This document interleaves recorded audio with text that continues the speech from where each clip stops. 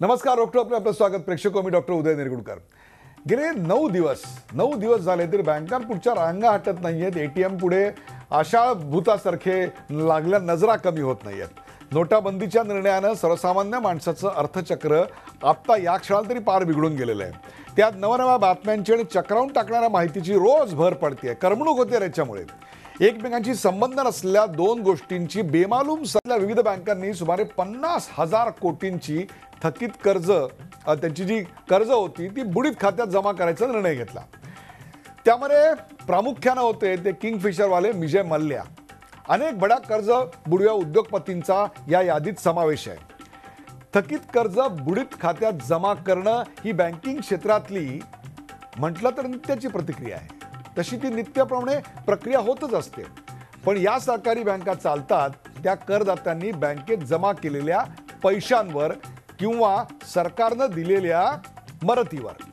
म्हणजेच एक प्रकारे त्या पैशाच्या आधारेच तुमच्या आमच्या टॅक्सच्या आधारेच या बड्या उद्योगांना कर्ज दिलं जातं. उद्योजक ते कर्ज बुडवतात आणि त्याचा फटका बसतो तो सर्वसामान्य ठेवीदारांना. सध्या उडलेला हा अर्थकल्लोळ, सर्वसामान्य जनतेला भोगाव्या लागणाऱ्या हाल अपेष्टा हे सगळं पाहता बँकांची ही कर्जमाफी आगीत तेल ओतणारी आहे असं आम्हाला पटू लागलंय.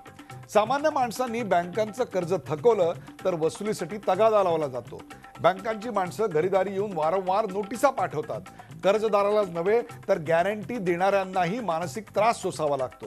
अहो, साधं 15-20 हजाराचं कर्ज जरी कोणाला भागवता आलं नाही तर गरीब शेतकऱ्याला आत्महत्या करायला भाग पाडतात. जीवनयात्रा संपायला भाग पाडतात. मग हजारो कोटी रुपयांची कर्ज बुडवणाऱ्या उद्योजकाचं कुणी काही बिघडवू शकत नाही. मल्ल्यांसारख्या कर्ज बुडव्यांना वेगळा न्याय आणि हजारो कोटींची कर्ज बुडवून विदेशात ते फरार होतात आणि त्यांची कर्ज बुडीत खात्यात टाकून बँका आणि सरकार या उद्योजकांना पाठीशी घालतात. केवळ बड्या उद्योगपतींची पाठराखण करणारे हे सरकार आहे या राहुल गांधींच्या विधानात तथ्य असं वाटायला लागतं. पण या आरोपात कितपत तथ्य आहे?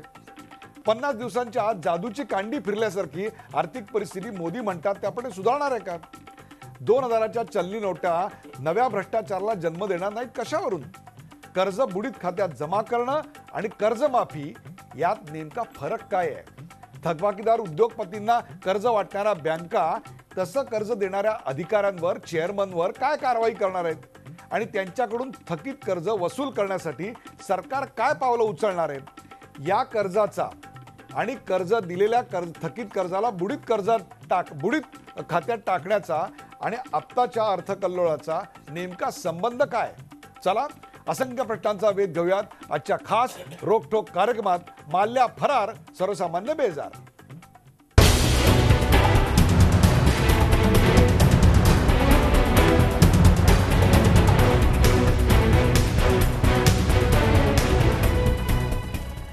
माल्ल्या फरार, सर्वसामान्य बेजार. सुरुवातीला पाहूया या विषयावरचा एक खास रिपोर्ट.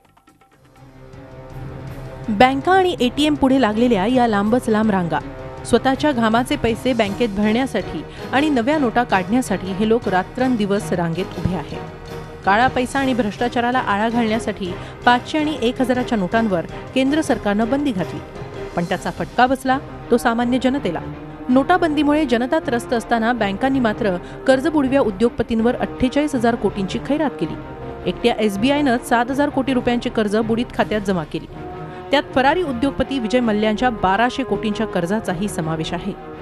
मल्ल्यासारख्या कर्जबुडव्यांची सुटका आणि सामान्य जनतेला मात्र फटका बसत असल्यानं राष्ट्रवादीनं सरकारवर निशाणा साधलाय. उसने इतना बड़ा गबन किया, इतने सारे पैसे लोगों के खा लिए और उसके बाद उसको सॉफ्टली निकल जाने के लिए बीजेपी ने रास्ता बना दिया था. और उसके बाद अब अगर इस तरह से कोई हरकत होती है तो भारतीय जनता पार्टी के लिए एक नहायत ही शर्मनाक बात होगी. मात्र विजय मल्ल्यांचं करोडोंचं कर्ज बुडीत खात्यात जमा केलं याचा अर्थ या रकमेवर पाणी सोडलं असा नव्हे असा दावा केंद्रीय अर्थमंत्री अरुण जेटलींनी केलाय. Don't go by the literal meaning of write-off doesn't mean ऋण माफी in banking terms. So you know the loan still remains. The loan still remains. You still continue to pursue it. Modi सरकारच्या नोटाबंदीच्या निर्णयाचा लाभ ठराविक उद्योगपतींनाच होणार आहे असा आरोप राहुल गांधींनी केला होता. मल्ल्यांना कर्जमाफी मिळाल्यानं त्या आरोपाला पुष्टी मिळाली आहे. आपको लाइन में लगाया जा रहा है, आपके जेब से पैसा निकलवाया जा रहा है और उन्हीं उद्योगपतियों को यह पैसा दिया जाएगा. आप देख लेना, लिख के ले लो मुझसे, नरेंद्र मोदी जी आपका सबका सब पैसा उन्हीं 15-20 उद्योगपतियों को देंगे। खरं तर विजय माल्यांचं कर्ज बुडीत खात्यात जमा होणं आणि नोटाबंदी यांचा तसा थेट संबंध नाहीये, पण सामान्य ग्राहकांचे हाल आणि मल्ल्यांसारख्या ग्राहकांना कर्जमाफी या विरोधाभासाचं काय? मल्ल्यासारख्यांचं करोडोंचं कर्ज बुडीत खात्यात टाकणं म्हणजे 5-10 हजारांसाठी आत्महत्या करणाऱ्या शेतकऱ्यांच्या कुटुंबियांच्या दुःखावर मीठ चोळण्यासारखं नाही का? Bureau report, Zee media. Mallya फरार सर्वसामान्य बेजार या विषयावरचा हा रिपोर्ट आणि सर्व राजकीय वक्तव्य आपण ऐकलीत आणि त्याची चर्चा करण्यासाठी आपण आमंत्रित केलं. आपल्या सोबत आहेत श्याम जाजू, भारतीय जनता पक्षाचे उपाध्यक्ष श्याम जाजू आपल्याबरोबर आहेत. श्याम जाजू, आपल्या या कार्यक्रमात स्वागत. आपल्याबरोबर डॉक्टर रत्नाकर महाजन, काँग्रेसचे प्रवक्ते डॉक्टर रत्नाकर महाजन, आपलंही स्वागत. एनसीडीसी संचालक आणि बँकिंग तज्ज्ञ सतीश मराठे आपल्याबरोबर आहेत. सतीशजी, आपलं स्वागत. बँक कामगार नेते उपाध्यक्ष all India bank employees association Vishwas Udgi आपल्याबरोबर आहेत. सर, आपलंही स्वागत. आणि डॉक्टर वसंतराव पटवर्धन, माजी अध्यक्ष बँक ऑफ महाराष्ट्र, अनेक पुस्तकांचे लेखक आणि अर्थ विषयावरचे अत्यंत नाणावलेलं असं भारतातलं एक व्यक्तिमत्व वसंतराव पटवर्धन आपल्या सोबत आहेत. चर्चेला सुरुवात करताना पहिला प्रश्न अर्थातच रत्नाकर महाजन आपल्यासाठी. रत्नाकर महाजन, सरकारच्या या नोटाबंदीचा सर्वात जास्त फायदा 15 ते 20 उद्योगपतींना होणार आहे असा आरोप आपल्या उपाध्यक्षांनी केला. याचा काही पुरावा आपल्याकडे आहे किंवा हे मेकॅनिझम कसं चालणार आहे, जरा समजावून सांगाल देशाला? की म्हणजे आम्ही जे आता 500 ते 1000 रुपये भरले बँकेमध्ये, ते या 15 ते 20 उद्योगपतींच्या खिशात कसे पोचणार आहेत? काय मेकॅनिझम? तो मेकॅनिझम मलाही माहिती नाही आणि तुम्हालाही तो सांगता येणार नाही. त्यामुळं असल्या तांत्रिक चर्चेमध्ये मला बिलकुलच रस नाही. मी सामान्य माणसाच्या दृष्टीने कॉमन सेन्सला अपील होणारे राजकीय आणि आर्थिक प्रश्न काय आहेत एवढ्यापुरता मला मर्यादित ठेवणार आहे. 8 नोव्हेंबर 2016 साली अधिकृतपणे या देशात जाहीर झालेल्या आर्थिक केऑसचे, आर्थिक अराजकाचे हे सारे परिणाम आहेत. म्हणजे 8 नोव्हेंबरला हे अधिकृतपणे आर्थिक अराजक जाहीर झालं आणि त्याचा कल्मिनेशन पॉईंट आज झाला. म्हणजे असं की आपण ज्या सगळ्या नोटा दिल्या त्या सगळ्या अमुक कारणासाठीच खर्च होतील असं काही कुठं लिहिलेलं नाही. तेच कर्मचाऱ्यांच्या पगारात जातील, बँकेच्या भाड्यामध्ये जातील, इमारतींच्या भाड्यात कुठेही जातील, कारण तो एकत्र निधी जमा होईल आणि त्यातून काय करायचं ते ठरवलं जाईल.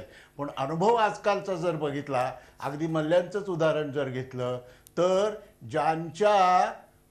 ज्यांच्या अतिरिक्त मतांवर मल्ल्या राज्यसभेवर निवडून आलेले होते त्यांना आज त्यांच्याबद्दल कायदेशीर कारवाई करण्याची झळ का पोचत नाही?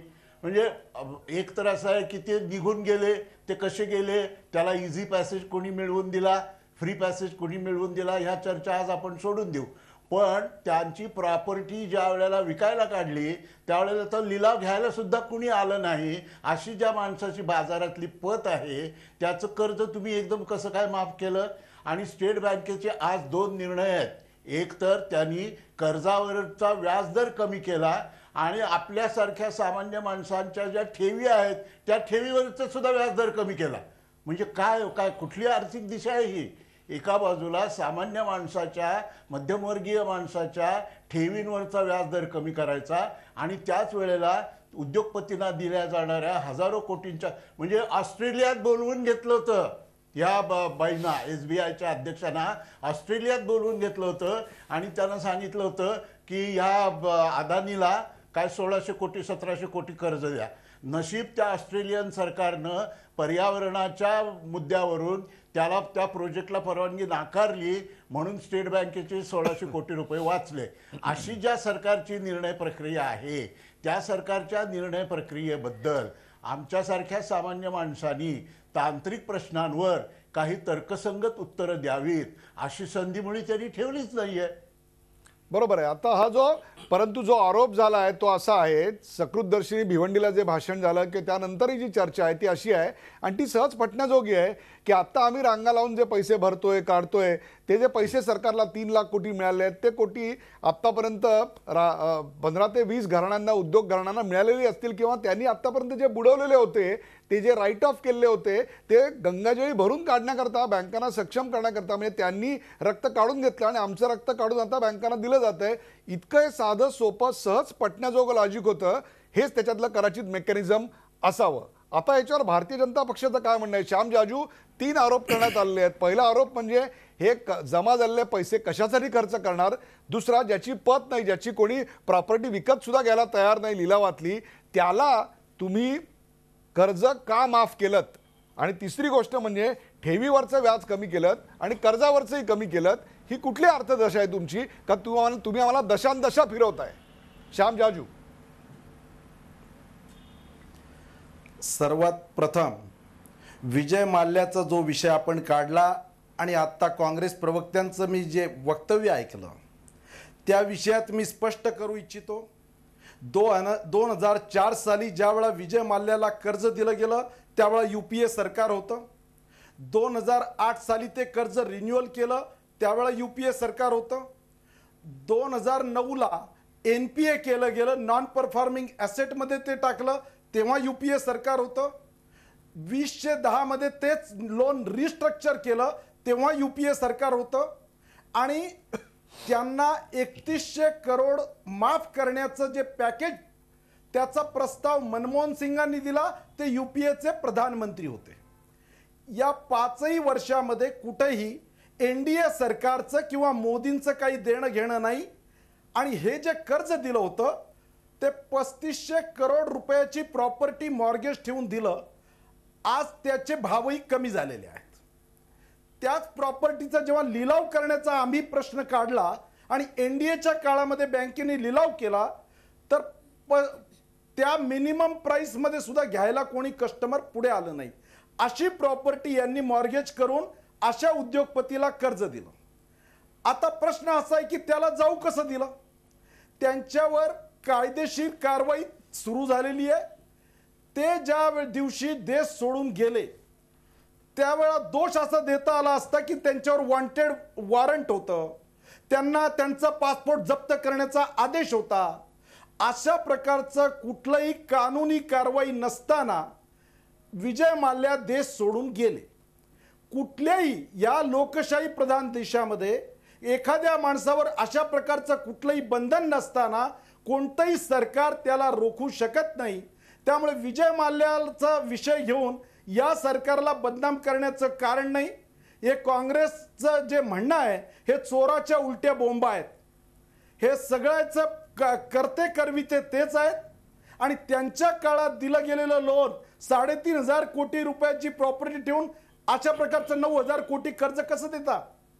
आणि उलट मनमोहन सिंगांनी सांगितलं की अशा प्रायव्हेट एअरलाइन्सना सरकारने सपोर्ट केला पाहिजे. तर या सगळ्या विषयाची उत्तरं काँग्रेसकडून घ्यावी लागतील. प्रश्न असा आहे ज्यासाठी नरेंद्र मोदींनी हा निर्णय केला, एक क्रांतिकारी निर्णय, देशाच्या हिताचा निर्णय आणि काळ्या पैशाच्या विरोधात, आतंकवादाच्या विरोधात केलेला हा निर्णय. या सरकारची नियत साफ आहे, नीती स्पष्ट आहे. त्यामुळे कोण काय म्हणतंय, कोणत्या उद्योगपतीला दिलं जाईल, आजपर्यंत NDA सरकार आल्यानंतर असं कोणतं लोन आहे की जे बँकांचे नॉर्म्स सोडून देण्यासाठी कंपेल केलं गेलं आणि ते दिलं गेलं. याचा जर कोणाकडे काही पुरावा असेल तर माझं आव्हान आहे त्यांनी ते स्पष्ट करावं. केवळ आरोप प्रत्यारोप करून राजकारण चालत नाही.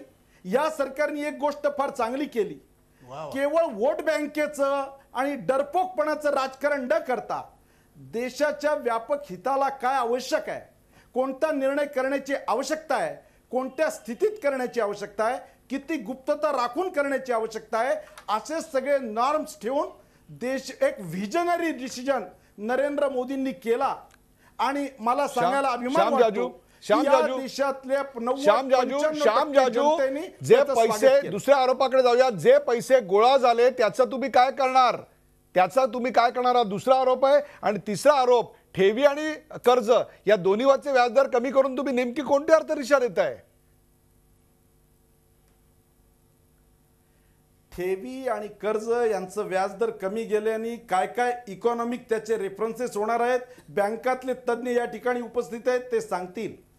मी आपली एक गोष्ट सांगतो, जो पैसा घराघरामध्ये तिजोऱ्यामध्ये काळा पैसा म्हणून होता, जो बँकेत येत नव्हता, अशा प्रकारचा काळा पैसा या देशात पूर्ण समांतर अर्थव्यवस्था चालवत होता. हाच काळा पैसा काश्मीरमध्ये आतंकवाद्यांचं पोषण करत होता. हाच काळा पैसा राजकारण्यांना, ज्यांचे राजकारणामध्ये भ्रष्टाचार करून आपली राजनीती चालवली अशा लोकांच्या घरामध्ये पडून होता. हा पैसा आयडल असलेला पैसा देशाच्या अशा प्रकारचे जे धनदांडगे श्रीमंत लोक, असे भ्रष्टाचारी लोक ज्यांनी काळा पैसा या देशामध्ये सांभाळला, त्यांची दादागिरी चालत होती. अशा दादागिरीला आवाहन करण्याचं काम या देशाच्या पंतप्रधानांनी केलं. मला असं वाटतं की येणाऱ्या काही वर्षामध्ये लोक या निर्णयाचा एक ऐतिहासिक आणि क्रांतिकारी निर्णय म्हणून स्वागत करतील. तात्पुरती लोकांची काही गैरसोय होती आहे. सरकार त्याच्यामध्ये फ्लेक्झिबल आहे. जास्तीत जास्त नाही, बरोबर आहे, मला मान्य आहे की ते विषय आपण मागचे 8 दिवस पहिल्यांदा असं घडतंय की मागचे 8 दिवस टीव्ही चॅनल्सवर वृत्तपत्रामध्ये एकच मथळा, एकाच विषयाला वाहिलेला मथळा आहे आणि तो म्हणजे हा झालेला अर्थकल्लोळ. आपल्यासोबत सतीश मराठे आहेत. सतीश मराठे, एवढ्या प्रचंड मोठ्या प्रमाणावर कर्ज दिली जातात आणि ती कर्ज बुडवली जातात आणि त्यानंतर ती थकीत कर्ज एक प्रकारे राईट ऑफ केली जातात. हे जे मल्ल्यांच्या बाबतीत घडलं त्याचा आणि या अर्थकल्लोळाचा, आत्ताच्या काळ्या पैशावर स्ट्राईक, सर्जिकल स्ट्राईक केलं किंवा 500,000च्या नोटा रद्द केल्या, याचा काही संबंध एक बँकर म्हणून आपल्याला वाटतं? ॲब्सोल्युटली काही त्याचा संबंध नाही आहे.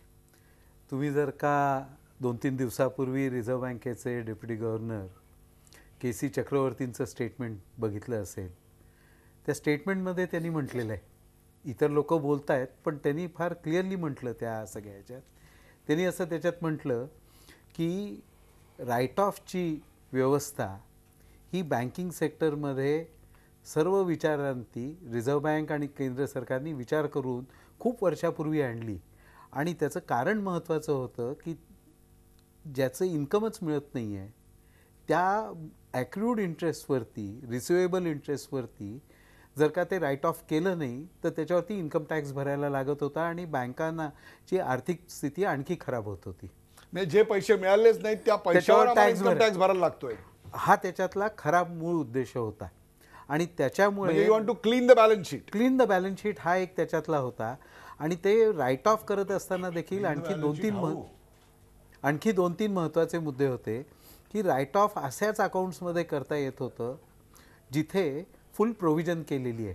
म्हणजे बँकांच्या प्रॉफिटमधनं bad and doubtful debt reserve ज्याला म्हणतात, तो ज्या अकाउंटच्या करता केलेला फुल आहे त्या रिझर्व्हमधनंच पैसे घेऊन राईट ऑफ करत होते. त्याच्यामुळे कुठल्याही प्रकाराने तो राईट ऑफ केला म्हणजे रिकव्हरीचे राईट्स जात नाहीत. आणि बँकांचे नंतरच्या काळात जी रिकव्हरी होते ते इन्कममध्ये ॲड होतं आणि त्याच्यावरती टॅक्स भरायला. ज्या प्रकारची साधारणतः मांडणी आता अर्थमंत्र्यांनी केली आहे त्याशी सुसंगत असं आता तुम्ही तांत्रिक एक उत्तर, त्याची तांत्रिक बाजू समजावून सांगताय. विश्वास उडगी, हे सरकार फक्त मुठभर उद्योगपतींसाठी हे पैसा गोळा करण्याकरता अशा प्रकारचा फायनान्शियल सर्जिकल स्ट्राईक करताय. आत्ता रांगेत उभं राहून लोक पैशासाठी तडफडतायत आणि हे गोळा झालेले 3 लाख कोटी रुपये आता कोणातरी A to Z अशा नावाची जी आडनावं असतील त्या सगळ्या इंडस्ट्रियलिस्टच्या घरी जाऊन पोचणार आहेत. या आरोपात आपल्याला कितपत तथ्य वाटतंय?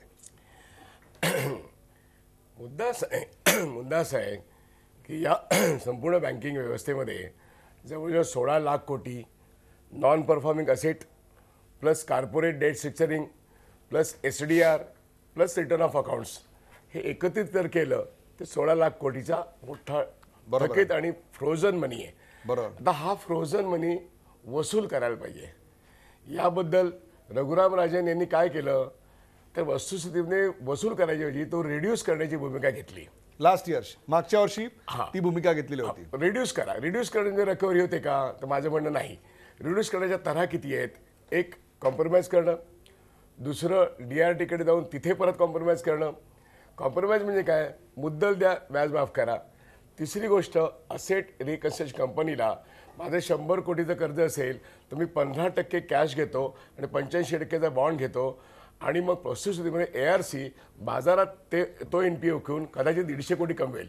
म्हणजे ARC माझ्या NPAवरती धंदा करेल आणि मी बँक नालायक मनुष्य वसूल करायला म्हणून मी फक्त 15% कॅश वसूल करेन. म्हणजे ARC हा एक स्ट्रक्चर्ड करप्शनचा मार्ग आहे. कॉम्प्रोमाइज पॉलिसी हे एक स्ट्रक्चर्ड करप्शनचा मार्ग आहे. हे सगळं रिझर्व्ह बँक ऑफ इंडियाच्या पॉलिसीमध्ये स्ट्रक्चर करप्शन आहे असं माझं गेली अनेक वर्ष मत आहे. आता याच्या पुढचा भाग काय की SDR CDR म्हणजे एक लॉंग रोप दिला मोठ्या भांडवलदारांना, त्यांची कर्ज वसूल करण्याच्या ऐवजी कॉर्पोरेट भांडवलदारांना कर्ज वसूल करण्याच्या ऐवजी त्यांचं इंटरेस्ट रेट कमी करून त्यांची कर्जफेडीची मुदत वाढवली. आता हे सगळं CDR आता NPA झालं आहे. 2013 साली 3 लाख कोटी एवढं NPA होतं प्लस 8 लाखाचा CDR होता. हा सगळा CDR आता 2016 साली जवळजवळ NPA झाला आहे. त्यामुळे हा अचानक फुगलेला एका दिवसात नाही झाला. हे एका दिवसात नाही झालं. पण हे कसं झालं? हे करण्याच्या यंत्रणा RBIने, मी सारख्याला स्ट्रक्चर्ड करप्शन मेथड म्हणतो, हे पॉलिसी फ्रेमवर्कमध्ये बसवण्यात आलेलं आहे. वसूल करा ना, वसूल करण्याकरता एक कठोर वसुली कायदा पार्लमेंटने करावा ही मागणी असताना त्यांनी काय केलं, एक लॉंग रोप देणं ही पद्धती आहे. आता होतंय कसं, वसूल होत नाही म्हणून काय करायचं, तर मग आता त्यासाठी लॉंग रोप दिल्यामध्ये मल्ल्या आहे. मल्ल्याचे 9,900 कोटी आहेत. पण मल्ल्या हा छोटा स्मॉल फ्राय, एक अत्यंत बदफैली बदमाश उद्योगपती, त्याची संपत्ती, त्याचे कपडे जरी झटकले ना तरी 10,000 कोटी मिळतील. त्याची युनायटेड ब्रेवरीजची 6 कंपन्या आहेत आफ्रिकेमध्ये, केरळामध्ये आणि कर्नाटकमध्ये. का नाही सरकार त्याच्या कंपन्यांवरती कब्जा करत? त्याची पर्सनल गॅरंटी बँकर्सनी इन्व्होक नाही केली, त्याची कॉर्पोरेट गॅरंटी इन्व्होक नाही केली. त्यामुळे मल्ल्याला पळू दिलं गेलं. हे 28 तारखेला बजेटच्या दिवशी मी एका चॅनलवरती होतो. मी सांगितलं पासपोर्ट जप्त करा आणि राज्यसभेच्या त्याच्या पत्त्यावरती सुप्रीम कोर्टाने तिची नोटीस पाठवली 3 तारखेला. आणि तुम्हाला अशा पद्धतीने राज्यव्यवस्था एका मोठ्या चोराला सोडून देते. तत्पूर्वी मेहता नावाचा विन्सम डायमंडचा अत्यंत मोठा चोर, ज्याचे 18,000 कोटी रुपये बँकिंग व्यवस्थेत येणं आहे. त्याचबरोबर त्याच्या आधी झूम डेव्हलपर्स, बरीच नाव आहे. झूम डेव्हलपर हा आहे ना तुमचा ललित मोदी, ज्याने IPL मध्ये स्वतःच सांगितलं की IPL आहे की या सगळ्या लोकांनी पैसे बुडवले, ते फरार आहेत. ते आणि आम्ही बेजार आहोत इकडे. आम्ही रांगेत उभे आहोत सकाळी उभे राहून. का आलो की एक मल्ल्या नव्हे तर 7,000 मल्ल्या आहेत. आणि या 7,000 मल्ल्यांची लिस्ट आज सुप्रीम कोर्टापुढे चर्चेला आहे. सुप्रीम कोर्टाने यांची नावं सांगण्यासाठी रिझर्व्ह बँक ऑफ इंडियाच्या गव्हर्नरला पाचारण केलं. त्यांनी एका सील बंद कव्हरमध्ये 85 लोकांची जवळजवळ 1 लाख कोटी रकमेची आहे. नाव का नाही जाहीर करत? मल्ल्यांचं नाव आलं. मल्ल्यांचं नाव मी 2013 साली माध्यमांना सांगितलेलं आहे. 2011 साली या देशातल्या एजन्सीला मी सांगितलं, त्यांनी सुमोटो केस केलेली आहे मल्ल्यांच्या केस. माझा मुद्दा हा की मल्ल्या मला फक्त एक थोडक्यात सांगा ब्रेकवर जाण्यापूर्वी की याचा आणि आत्ताच्या अर्थकल्लोळाचा काय संबंध आहे? आहे संबंध आहे.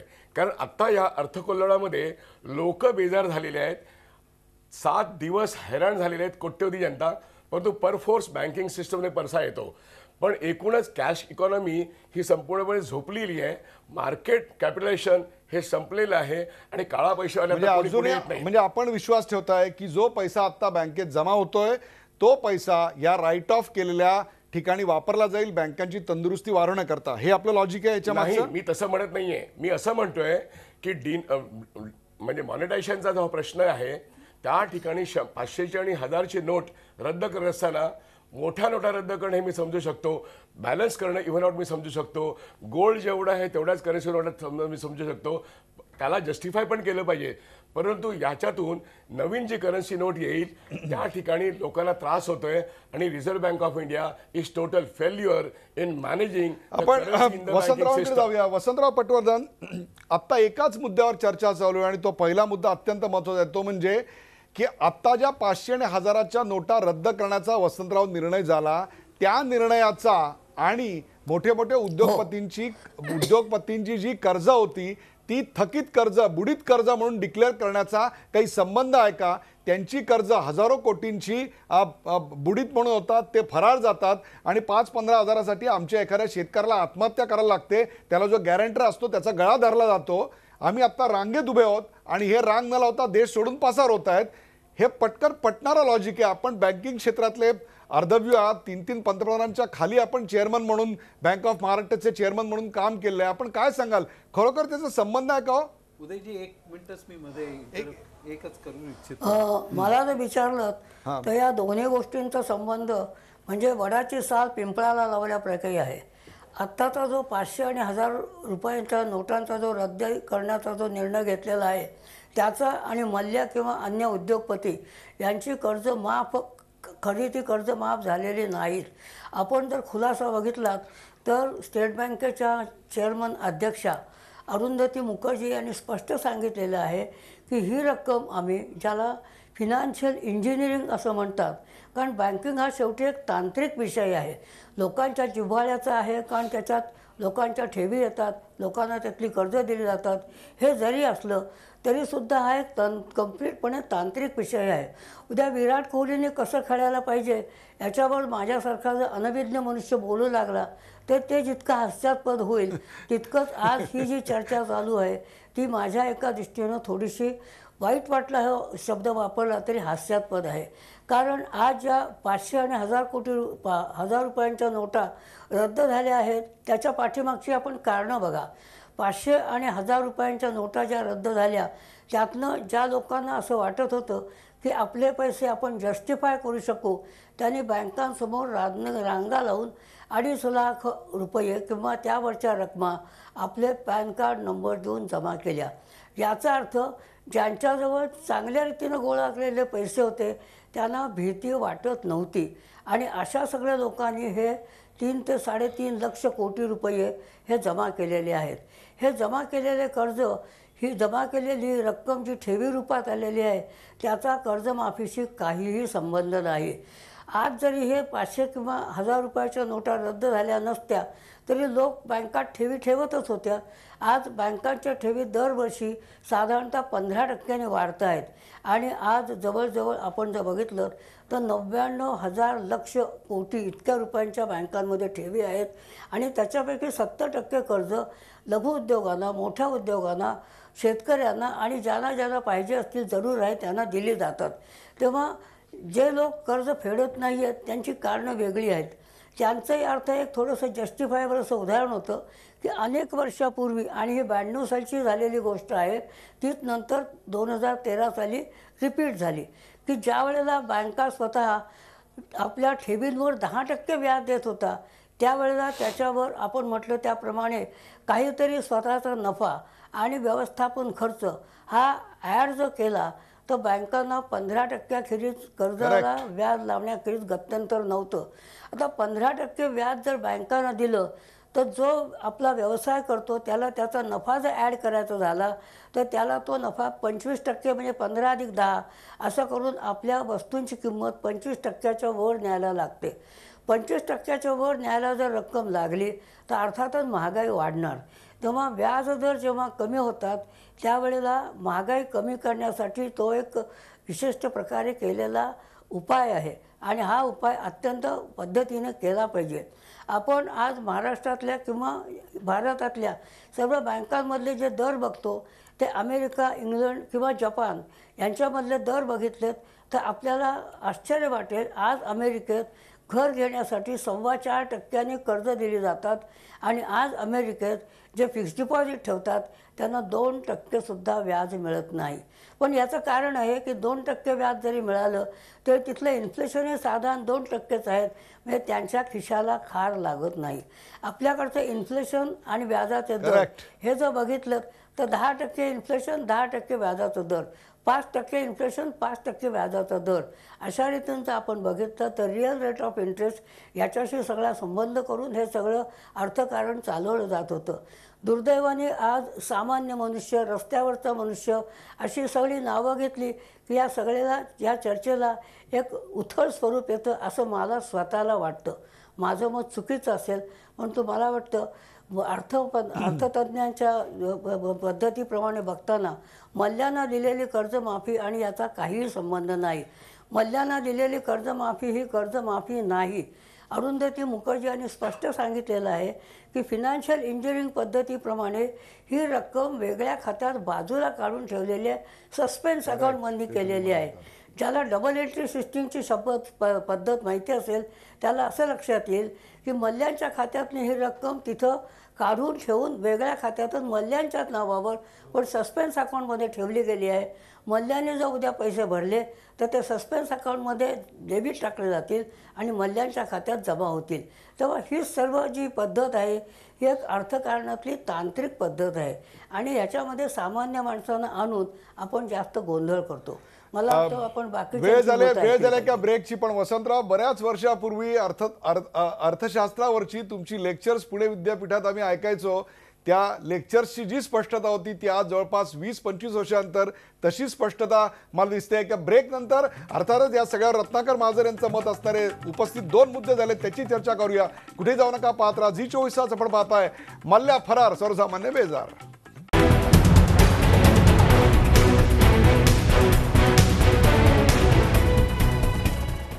मल्ल्या फरार सर्वसामान्य बेजार या विषयाची रंगलेली चर्चा आपण पाहता. आपल्यासोबत रत्नाकर महाजन, श्याम जाजू, सतीश मराठे, विश्वास उडगी आणि वसंतराव पटवर्धन आहेत.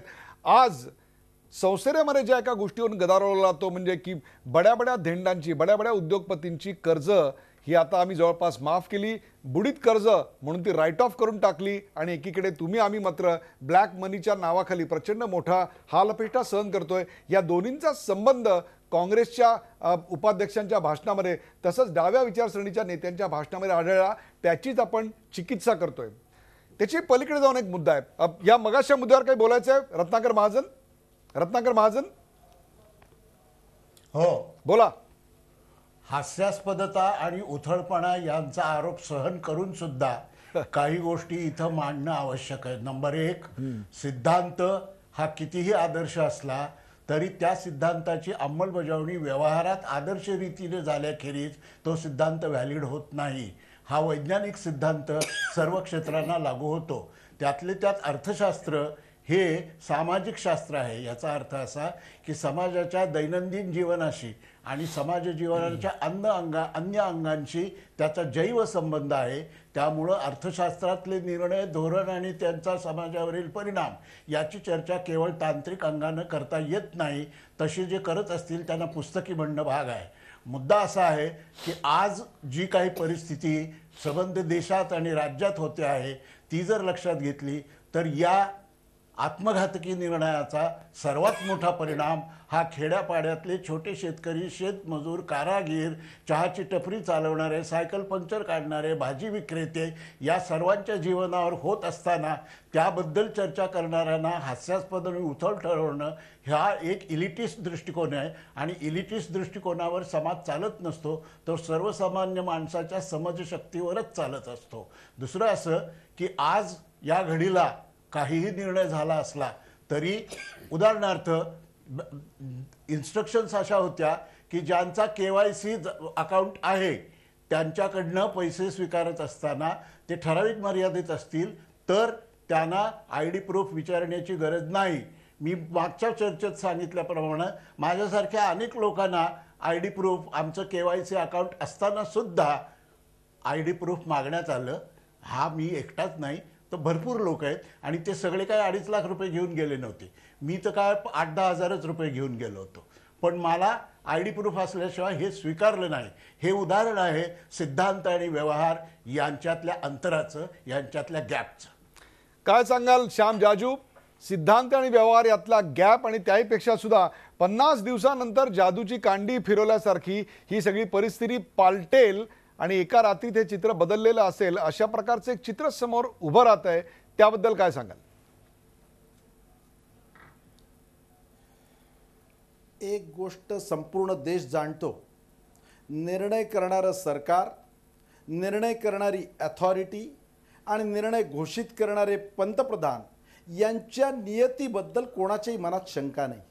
हे खरं आहे की आज लोकांना लाईनमध्ये उभं राहावं लागतंय. असे प्रसंग कधी देशात वारंवार होत नसतात.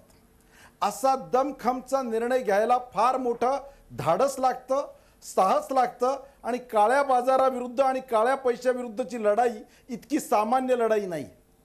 त्यामुळेच स्वातंत्र्यानंतर 70 वर्षानंतर अशा प्रकारचं एखादं एक स्वातंत्र्य लढाई सुरू होते तर त्याचं होमवर्क कमी आहे, लोकांची चिंता केली नाही, याबद्दल लोकांच्या मनामध्ये काही कुठेही शंका दिसत नाही. थोडी अडचण सोसायला लोक तयार आहे. हिंदीमध्ये एक शेर है, ना सूरत बुरी होती है ना सीरत बुरी होती है, ना सूरत बुरी होती है ना सीरत बुरी होती है, वे बुरे होते जिनकी नियत बुरी होती है. ज्यांची नियतच नव्हती ठीक आणि केवळ चीप पॉप्युलॅरिटीचे निर्णय घ्यायचे आणि देश चालवायचा असं आतापर्यंत या देशाने श्याम जाजू हा निर्णय तुम्ही पॉप्युलॅरिटी सिक्रेसी ठेवली. Point weight taken. सरकारने सिक्रेसी ठेवली, त्याच्यात आता काहीतरी अडचणी येत आहेत. आपण सगळ्यात त्याच्या पलीकडे जाऊ. आता जो तुम्ही मुद्दा म्हणताय, चीप पॉप्युलॅरिटी म्हणताय, हे सरकार नवीन मल्ल्या निर्माण करणार नाही, हे सरकार नवीन झूम डेव्हलपर्स निर्माण करणार नाही, हे सरकार नवीन अशा प्रकारचे अनसिक्युअर्ड लोन्स देणार नाही. जसा आता उल्लेख केला गेला की प्रायव्हेट एअरलाईनला कर्जही मनमोहन सिंगांच्या काळात दिली गेली, मग आपल्या काळात प्रायव्हेट एअरलाईनला एकही कर्ज दिलं जाणार नाही, अशा प्रकारचं स्पष्ट आश्वासन आपलं सरकार संसदेच्या पटलावर का देत नाही? हा जो येणारा पैसा आहे हा नेमका जाणार कुठे? आणि त्याहीपेक्षा तो अनसिक्युअर्ड लोनला दिला जाणार नाही. मॉरिशस सारख्या देशातून, काय त्या मॉरिशसचं मला कळत नाही, आमच्या कोकणातल्या एक जिल्ह्यापेक्षा लहान असलेला तो देश आहे, त्या जिल्ह्यातनं या भारतामध्ये 38% कर्ज या FDI फॉरेन डायरेक्ट इन्व्हेस्टमेंट आमच्याकडे येतात. त्या मॉरिशस बरोबरचा आमचा आर्थिक ट्रान्सपरन्सीचा करार आम्ही कधी अधिक सक्षम करणार आहोत. एप्रिल 2017 ही तारीख त्याकरता काही जणांनी दिलेली आहे. या सगळ्यावर स्पष्टीकरण काय द्याल श्याम जाजू?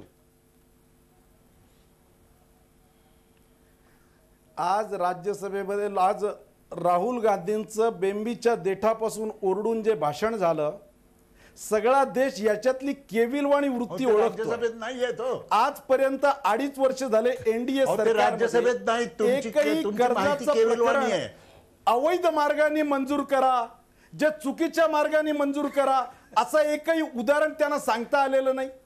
राष्ट्रीय पार्टीचं उपाध्यक्षपद भूषवणाऱ्या आणि गांधी घराण्याचं नेतृत्व करणाऱ्या माणसाच्या बुद्धीची मला कीव येते. 70 वर्ष तुम्ही सत्ता चालवली आणि मल्ल्याचं वे ऑफ करण्याचा जो रिझर्व्ह बँकेचा नॉर्म आहे, जे बँकिंगचे नॉर्म्स यापूर्वीच चालू झालेले आहेत, या सरकारने त्यात कोणताही बदल केलेला नाही. अशा प्रकारचं जे राईट ऑफ ठेवण्याचं आहे त्याला तुम्ही माफ करण्याचं सांगून सगळ्या देशाची दिशाभूल करता. सगळ्या देशाला अशा प्रकारची दिशाभूल करण्याचा आपल्याला कोणी अधिकार दिलाय? या सरकारने असा एकाही उद्योगपतीला अवैध जे इलिजिबल नसताना कर्ज द्या आणि त्यांना फेवर करा असं कोणतं उदाहरण आहे? श्याम जाजू, तुम्ही काय करणार बोला? 3100 करोड श्याम जाजू, काँग्रेसने काय केलं? उत्तर द्या. काँग्रेसने काय केलं श्याम जाजू? त्याच्याबद्दलचा निवडणुकीचा निकाल लागला. मला इथं बोललं पाहिजे. बोला रत्नाकर महाजन, बोला please go ahead. Ratnakar Mahajan, असं आहे, एका राष्ट्रीय पक्षाच्या उपाध्यक्षांनी दुसऱ्या राष्ट्रीय पक्षाच्या उपाध्यक्षाबद्दल आपल्याला काही माहिती नसतानाच विधान करणं हे जितकं केविलवाणं आहे त्यापेक्षा त्यांनी सांगितलेलं उदाहरण कमी केविलवाणं आहे. राहुल गांधी हे लोकसभेत दुसऱ्यांदा निवडून आलेले सदस्य आहेत. त्याने यांनी राज्यसभेत कधी पाठवलं? तेव्हा कीव करायचीच असली तर यांच्या बुद्धीची कीव केली पाहिजे, यांच्या माहितीची कीव केली पाहिजे आणि यांच्या स्तुतीपाठकाच्या घेतलेल्या व्रताची आणि वशाची ही केली पाहिजे. मला श्याम जाजू, अशा प्रकारची कर्ज यापुढे दिली जाणार नाहीत. अशा प्रकारच्या प्रायव्हेट एअरलाइन्सना आम्ही अनसिक्युअर्ड लोन दिलं जाणार नाही आणि मॉरिशस सारख्या अत्यंत काय म्हणू ज्याला आपण गूढ अशा देशाबरोबरच्या आमच्या आर्थिक ट्रान्सपरन्सीचे व्यवहार अधिक आम्ही सक्षम करू. एवढं फक्त आज चॅनलवर सांगा, एवढं फक्त आज उद्या सकाळी पार्लमेंटमध्ये बोला. काळ्या पैशाविरुद्धची लढाई, सुप्रीम कोर्टाचा निर्णय असतानाही ज्या UPA सरकारने त्याची SITचं गठन केलं नव्हतं, मोदी सरकार आल्या पहिल्या दिवशी SITचं गठन केलं. पाठांतर करणार, वेगवेगळ्या देशांमध्ये प्रवास करून या विषयातले आंतरराष्ट्रीय जे करार करायला पाहिजे ते केले आणि फारच योग्य दिशेने अशा प्रकारची सगळी चालू असताना ज्या वेगानं चालू असताना या देशातून बाहेर जाणारा काळा पैसा रोखण्यामध्ये या सरकारने यश प्राप्त केलं. त्याचबरोबर या देशामध्ये असलेला काळा पैसा काढण्यासाठी अशा प्रकारचं हिमतीचं पाऊल उचललं. तर या देशातल्या जनतेला विश्वास आहे. काँग्रेस पार्टीला काही म्हणू द्या, प्रवक्त्यांची काही मजबुरी असू द्या, प्रश्न असा आहे की या संपूर्ण देशामध्ये अशा प्रकारचा व्यापक हिताचा निर्णय घेत असताना कोणाच्याही मनामध्ये शंका नाही की मोदी या ओके, श्याम जाजू, तुम्ही तुमची बाजू मांडताय, परंतु श्याम जाजू तुम्ही बाजू मांडताय, परंतु जे स्पष्ट आश्वासन पाहिजे की मल्ल्यांसारखे नवीन मल्ले आता तयार होणार नाहीत, अशी व्यवस्था आम्ही या सर्जिकल स्ट्राईक बरोबरच करत आहोत, असं काही आश्वासन आता स्पष्ट शब्दात पुढे ते ज्यांनी निर्माण केले त्यांना विचारा. मल्ल्या ज्यांनी निर्माण केले, मल्ल्याला ज्यांनी कर्ज दिलं त्या लोकांना विचारा. हा प्रश्न आमच्यासाठी अनुपयुक्त आहे. या मुद्द्यावर राहून चालणार नाही, आपल्याला पुढे चर्चा न्यायची आहे. विश्वास उडगी, या व्यतिरिक्त या सरकारने आणखीन काय पावलं पुढच्या 50 दिवसात उचलायला हवीत, जेणेकरून 50 दिवसानंतर तरी आमचं जीणं सुसह्य होतील, नवीन काळा पैसा निर्माण होणार, ती वसूल करण्याची क्षमता आमच्यामध्ये निर्माण होईल. विश्वास उडगी, आणि हाच प्रश्न तिघांना घेऊन जातोय. या प्रश्नाचं उत्तर देण्यापूर्वी मी एवढंच सांगेन की मॉरिशस बरोबर डबल टॅक्सेशन ट्रीटी आहे ना, तिथे सर्जिकल स्ट्राईकची गरज आहे. म्हणजे येणारा संपूर्णपणे जो बेनामी पैसा, एक्झॅक्टली हाच माझा विचाराचा रोख होता की ते कधी सुधारणार. पी नोटच्या माध्यमातून जे पैसे येतात मुंबईच्या स्टॉक मार्केटमध्ये, याच्यामध्ये कुणाचं नाव असतं? मॉरिशस, सिंगापूर आहे, मॉरिशस आहे, सेंट किट्स आहे, आणि पनामा पेपर्स, बार्बाडोस. पनामा पेपर्सने हे सिद्ध केलं की भारतातल्या 500 मोठ्या कंपन्यांची तिथे नावं आहेत. अमिताभ बच्चन आणि ऐश्वर्या बच्चनचं नाव आहे. सर्जिकल स्ट्राईक तिथे पाहिजे. आणि मी सांगतो, दुसरा मुद्दा आणखी काय करता येईल? पुतीनच्या विरुद्ध मोहीम चालू आहे, इंग्लंडमध्ये मोहीम चालू आहे, शरीफवरती मोहीम चालू आहे इम्रान खानच्या वतीने. भारतामध्ये पनामा पेपर्समध्ये अडकलेल्या भारतीयांच्या पैशाबद्दल काय मोहीम आहे? आत्ता जी काही भाषा आहे ना, काळा पैसा खडून काढू, भारतीय अर्थव्यवस्थेत करन्सीमध्ये 1% ऑफ GDP पैसा आहे, आणि बाकी सगळा मनी लॉन्ड्रिंग या एकूण केंद्रीय बजेटच्या 3 पटीने जास्त आहे. आता दुसरा मुद्दा असा आहे, सर्जिकल स्ट्राईक 16 लाख कोटी रिकव्हर करण्याकरता होण्याची गरज आहे, आणि ते रिकव्हर न करता ठीक आहे. आता ह्या सर्जिकल स्ट्राईकमुळे जे पैसे आता 3 लाख कोटी आलेत, मी एक अशी असेसमेंट मांडली, एकतर ह्या अर्थव्यवस्थेमध्ये कॅश इकॉनॉमीची धुळदाण झाली आहे, तो शेतकरी उभा राहू शकत नाही. डिस्ट्रिक्ट कोऑपरेटिव्ह बँका आणि कोऑपरेटिव्ह बँकांना तुम्ही बंदी केली कॅश घ्यायला, त्यामुळे शेतकरी त्यांच्यावरती अवलंबून आहे. तो एक वेगळा मुद्दा आहे, त्याच्यावर चर्चा मी केली, परंतु आता त्या DCCला परमिशन दिली जावी अशी मागणी काल पुढे आलेली आहे. याचा परिणाम म्हणून मार्केट झोपलेलं आहे. मार्केट कॅपिटलायझेशन मध्ये प्रचंड मोठा 1 लाख कोटीपेक्षा जास्त गारज झाले. आता मुद्दा असा की येणारा पैसा परफोर्स बँकिंग सिस्टम मध्ये जो येईल, तो जवळजवळ माझ्या एस्टिमेट प्रमाणे साधारणपणे 20 लाख कोटी येईल 31 मार्च पर्यंत. त्याचा रंग आपण नंतर बघू, पण आता ताबडतोब कॉस्ट ऑफ फंड्स आणि कॉस्ट ऑफ डिपॉझिट हे दररोज बघितलं जातं, आणि रोज असेट लायबिलिटी मिसमॅच जे निर्माण होतं, तर कॉस्ट ऑफ डिपॉझिटच्या संदर्भात आणि फंडच्या संदर्भात व्याजदर ठेवीदारांचे कमी होणार आहेत, आणि स्वस्त दराने कर्ज मिळू शकण्याची एक शक्यता निर्माण झाली आहे.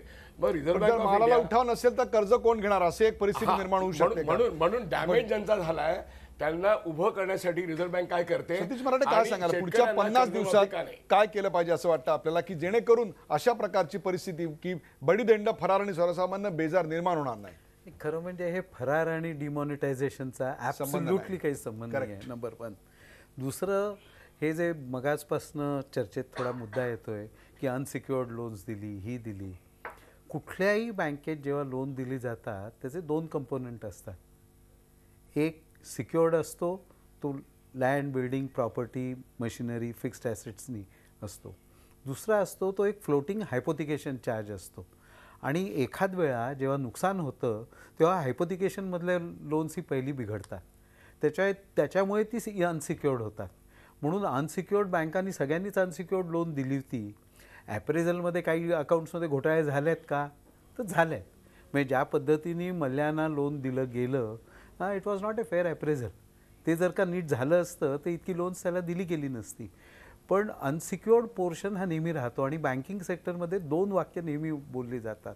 म्हणजे आम्ही रिस्क मॅनेजमेंटचा जेव्हा विचार करतो त्यावेळेला एक्सपेक्ट दी अनएक्सपेक्टेड, हा आमचं नेहमीचं एक महत्त्वाचं वाक्य असतं. आणि दुसरं, कितीही तुम्ही काळजी घ्या, सिक्युरिटी घ्या, गॅरंटीज घ्या, चार्जेस फाईल करा, ह्याच्यामध्ये there are some risk that you cannot insure. म्हणून बँकिंगमध्ये काम करत असताना वेगवेगळ्या कारणांकरता there could always be some losses and they are going to be. Internationally हा लॉसेसचा ॲक्सेप्टेड नॉर्म जो होता, नाही ॲक्सेप्टेड नॉर्म हा जो बासेल कमिटीने हा केलेला होता तो साधारण 1.5 ते 2% होता. आपल्याकडे for a variety of reasons 2008 नंतर आज 8 वर्ष झाली, there has been a variety of reasons. Policy crisis paralysis होता, एन्व्हायरमेंटल पेक्षा सुद्धा राजकीय हस्तक्षेप हाच होता मराठे साहेब, हाच होता.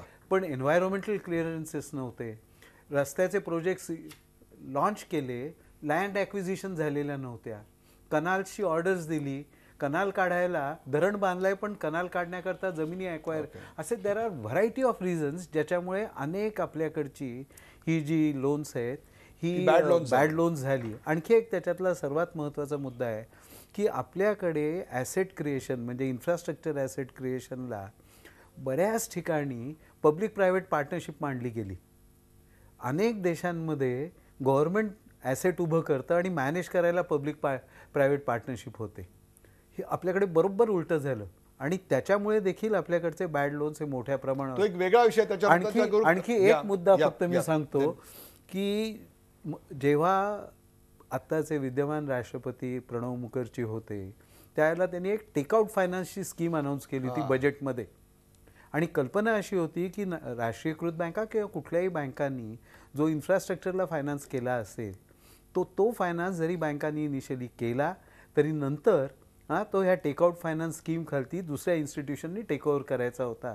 कारण कुठलीही बँक लॉंग टर्म बेसिसवरती इन्फ्रास्ट्रक्चर ती होऊच शकली नाही. पुढच्या 50 दिवसात सर्वात महत्वाची सूचना आपण सरकारला काय कराल? एकीकडे 500 आणि 1000च्या नोटा कॅन्सल केल्या आहेत, आता सरकारने एक सर्वात top priority only one suggestion. Vasantrao काय सांगाल? वसंतराव पटवर्धन. मला सांगायचं एक आहे की आपण ज्या वेळेला ही चर्चा करतो त्यावेळेला आपण इतरत्र काय चाललेलं आहे इकडं डोळेझाक केलेली आहे. कर्जमाफी किंवा कर्ज बुडवेगिरी ही फक्त इथंच आहे असं नाही, इतरत्रही कर्जमाफी होते. आणि जर बँकिंगचा सगळा व्यवसायच बघितलात तर रॉयल बँक ऑफ स्कॉटलंडपासून डॉयशे बँकपासून वेल्स फार्गोपर्यंत मी मुद्दाम मोठी नावं घेतो आहे, या सगळ्या याच्यामध्ये कर्जमाफी थोड्याफार प्रमाणात करावीच लागते. एक उदाहरण देतो मी. घरातली गृहिणी ज्या वेळेला पोळपाटावर पोळी लाटत असते त्यावेळेला खाली जी पिठी लावते त्यातली काही पिठी खाली सांडते, पण ती वाया गेली असं कोणी म्हणत नाही.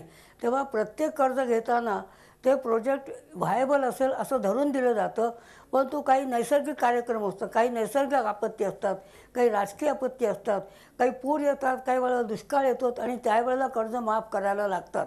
प्रमाण कमी जास्त असेल परंतु कर्जमाफी किंवा कर्ज न फेडता येणं ही कर्जामधलीच एक छुपी गोष्ट आहे हे लक्षात ठेवलं पाहिजे. आणि जगभर असते, जिथं जिथं आपण कर्ज दिली जातात तिथं साधारणतः 2 ते 5% ही कर्ज कधीतरी वसूल होतील अशा प्रमाणात केलेली असतात. आपण जर रिझर्व्ह बँकेचा कायदा बघितलात तर पूर्वी सेक्शन 1 काय केलं पाहिजे सरकारने? सरकारला आपण काय सूचना कराल? You have been one of the most experience banker. याच्यावरच्या चर्चा न करता आपण चर्चा न करता त्याच्याबद्दल प्रत्यक्ष जे आज आता 3 लाख कोटी आले आहेत त्याचं काय होणार आहेत, त्याचे कर्ज दिली जाणार आहेत, कारण या 3 लाख कोटीवर व्याज दिलं जाणार आहे आणि बँकांना ते व्याज वसूल करायला लागणार आहे आणि ते कर्ज रोख्यामध्ये पैसे घालून किंवा कर्ज देऊनच करावं लागणार आहे. तेव्हा हा जो एक संबंध तांत्रिक भाग आहे याच्याकडे दुर्लक्ष करून केवळ सामान्य माणसं असं करून आपण छाती पिटण्यात काही अर्थ नाही आहे. 50 वर्षाची तुम्ही आज सांगितली तर एकच करायला लागेल की व्हायबिलिटी वाढण्यासाठी एकूण जी रचना लागते, राजकीय रचना लागते, अर्थरचना लागते, ती करायला पाहिजे आणि ती हळूहळू होत आहे हे आपल्याला स्पष्ट दिसेल. आपण कोणीही मुद्रा बँकेचा उल्लेख केलेला नाहीत, पण मुद्रा बँक ही एक यशस्वीरित्या रिफायनान्स केली जाणारी बँक झालेली आहे आणि त्याच्यातर्फे आपण किती लोन्स रिफायनान्स झालेली आहेत आणि किती महिला किंवा SMS ज्याला आपण म्हणतो स्मॉल स्केल किंवा मीडियम स्केल लोकांना पैसे दिले आहेत हे बघितल्यानंतर मुद्रा बँकेसारखे असे अनेक प्रयोग व्हायला हवेत आणि हे 50 वर्षात नाही तर पुढच्या 5 वर्षात व्हायला हवेत. करेक्ट. प्रेक्षको, आपण ही रंगलेली काहीशी तांत्रिक असणारी परंतु तुमच्या आमच्या ज्ञानामध्ये भर टाकणारी अशी ही चर्चा आपण पाहिली. त्याच्यावर काँग्रेसकडून काही आरोप झाले, भारतीय जनता पक्षाने त्याच्यावर काही उत्तर द्यायचा प्रयत्न केला, तज्ज्ञांनी आपले मतं मांडली, त्यातला दोन्ही बाजूंच्या तज्ज्ञांची आपण मतं मांडलेली आहेत. एकीकडे हा जो पैसा आहे तो पैसा हा केवळ काही उद्योगपतींचं धन भरण्याकरता झालेला आहे का, तर ते तसं नाही असं स्पष्टपणे आता आपल्या समोर आलेलं आहे. सवाल असा आहे की जनतेच्या मनामध्ये या संदर्भातला विश्वास निर्माण करता येणार आहे का, आणि कर्ज बुडव्यांकडून कर्जाची वसुली करण्याकरता कडक कारवाई करण्याकरता आम्ही आता पुढे येणार आहोत का. पुढची पावलं या दृष्टिकोनातनंच असायला हवीत, यावर मात्र तिन्ही तज्ज्ञांचं एकमत झालं. तशी पावलं सरकारनं उचलावीत. मॉरिशसमध्ये येणारा पैसा अधिकाधिक ट्रान्सपरंटरित्या कसा येईल याच्यावर लक्ष दिलं पाहिजे, आणि याच्यापुढे असे कर्ज बुडवे निर्माण होणार नाहीत याकरता जनतेला विश्वास दिला पाहिजे. तरच खऱ्या अर्थानं या झालेल्या त्रासाचं कुठेतरी एक चांगलं फलित झालं असं म्हणता येईल. या चर्चेत सहभागी झाल्याबद्दल सर्व मान्यवरांचे आभार. ताज्या बातम्यांसाठी पाहत राहा झी 24 तास. रहा एक पाऊल पुढे.